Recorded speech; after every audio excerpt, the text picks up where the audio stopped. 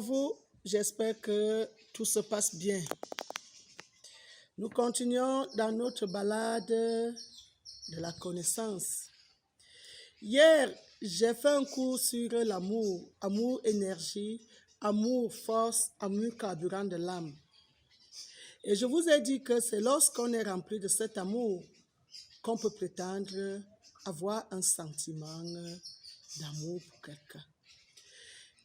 À ce moment-là, comment je peux définir l'amour? L'amour, à ce moment-là, peut se définir comme ce sentiment vif et très intense d'affection et d'attirance qui jaillit des profondeurs d'une âme envers un être ou envers une chose. Ce type d'amour-là exige une forme de proximité physique, intellectuelle et même un goût très marqué pour l'être qui a déclenché cet état de choses dans nous. Alors, là, on a déjà besoin de deux. Mais le premier amour qui est énergie, on avait besoin que de l'être soi-même. Donc, avoir de l'amour en toi, c'est cet amour-là que Dieu a eu pour ses œuvres. C'est cet amour-là qui a été son carburant, qui a alimenté sa sagesse pour créer autant de bonnes choses, autant de belles choses, autant de gigantesques choses, autant de magnifiques choses que nos yeux refusent de voir au quotidien. Mais maintenant, l'amour que je vous ai dit que l'amour fleur, l'amour sentiment, cet amour-là, chaque être la développe à sa façon. Mais ce qui est là, c'est que tant qu'on vit, on pourra tomber amoureux de quelque chose ou de quelqu'un. Et ce qui m'intéresse encore dans l'amour, c'est que lorsqu'on est rempli d'amour et qu'on éprouve ce sentiment, l'amour transforme. L'amour peut transformer un être d'un être paresseux à un être travailleur, d'un être froid à un être chaleureux, d'un être égoïste à un être qui se met à partager, d'un être qui ne voulait pas voir ce qui est bon dans quelqu'un, mais sa vue se transforme et réussit à voir le bien. Et lorsqu'on est rempli d'amour, on affronte les épreuves les plus difficiles, les plus complexes. D'ailleurs, les amoureux comprennent mieux, parce que quand on est amoureux d'une personne, on affronte dans sa vie tout ce qu'il a de désagréable sans amour. Mais lorsque on est rempli d'amour pour cet être, on y plonge à ça sans réserve.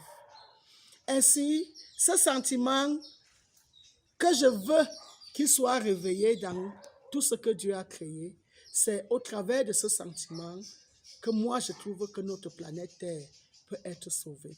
Parce que quand on aime une personne, on ne lui veut que du bien. On a besoin de lui faire tout ce qui est agréable. On va même jusqu'à atteindre l'impossible pour pouvoir apporter son secours, donner le meilleur de soi-même à l'être aimé. Alors si Dieu veut réveiller l'amour dans nous, ses enfants, surtout nous les humains, parce que les autres espèces, les autres règnes, eux, ils n'ont pas échoué dans la notion d'amour, hein. Si vous pouvez voir, lorsque eux, ils vivent leur amour, hein, mais nous, sur Terre, toutes les notions d'amour ont été chamboulinées parce que les êtres aujourd'hui sont remplis d'intérêts. Ils sont remplis d'autres types de situations qui n'ont rien à voir avec la franchise de l'âme. Étant donné que l'attirance et l'affection dont je faisais allusion tout à l'heure nous jaillit des plus profonds, de la profondeur de chaque âme pour pouvoir s'exprimer. Alors, quand moi et vous, je vous ai déjà dit que l'âme est la potence de l'être. Lorsque quelque chose jaillit de ça, vous voyez bel et bien que tout un être peut tomber si l'amour lui fait défaut. Et ça crée donc cet attachement. Quand on parle de l'attachement, Dieu veut voir un monde uni. Croyez-vous que c'est Dieu qui a voulu que vous ayez des millions d'églises pour lutter contre un seul Satan? À quel moment allez-vous comprendre que vous devez tous être réunis? S'il y a un Satan qui lutte contre 1000 églises, alors réunissez-vous parce que vous êtes les enfants d'un même Dieu pour voir ce qui dérange et qui vous empêche de vivre ensemble. Un même soleil pour tous les humains, une même planète pour tous les humains, la même eau pour tous les humains, la même oxygène pour tous les humains. Nous dégageons tous la même oxygène, le même CO2, le gaz carbonique, nous tous. Pourquoi ne cultivons-nous pas la tolérance? Pourquoi ne cultivons-nous pas la compréhension?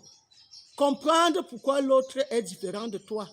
Comprendre que l'autre peut être différent de toi, mais que c'est dans sa différence qu'il y a même la richesse qui peut venir combler les vides qui sont dans toi. Vous me posez un problème. Vous êtes en train de me dire, Maman Bouquet, Dieu s'est fait chair et est venu habiter parmi nous. Quand Dieu donc s'est fait chair, est venu habiter parmi nous, pendant que Dieu était chair, qui lui donnait le souffle de vie? Pendant que Dieu a quitté sa position de grandeur absolue partout pour venir vivre parmi les humains, qui continuait à faire briller le soleil, qui continuait à faire tourner la terre autour d'elle-même, qui continuait à faire germer les plantes, qui continuait à remplir les poissons dans les eaux et tout le reste, pendant que Dieu s'est fait chair, pendant que la grandeur absolue de tous les temps, la grandeur qui porte tout un univers dans son sein, a décidé selon vous de venir prendre corps. Si le boulanger vient déjà se coucher au milieu de ses gâteaux pour devenir aussi un gâteau à déguster, si le potier vient se ranger au milieu de ses pots pour devenir également un pot qui doit venir porter des fleurs, alors il y aura vice de forme, il y aura problème. Et même dans cet état de choses, vous êtes sans oublier que lorsqu'il y a transformation ou bien métamorphose d'un état à un autre, l'état qui se transforme perd la nature première.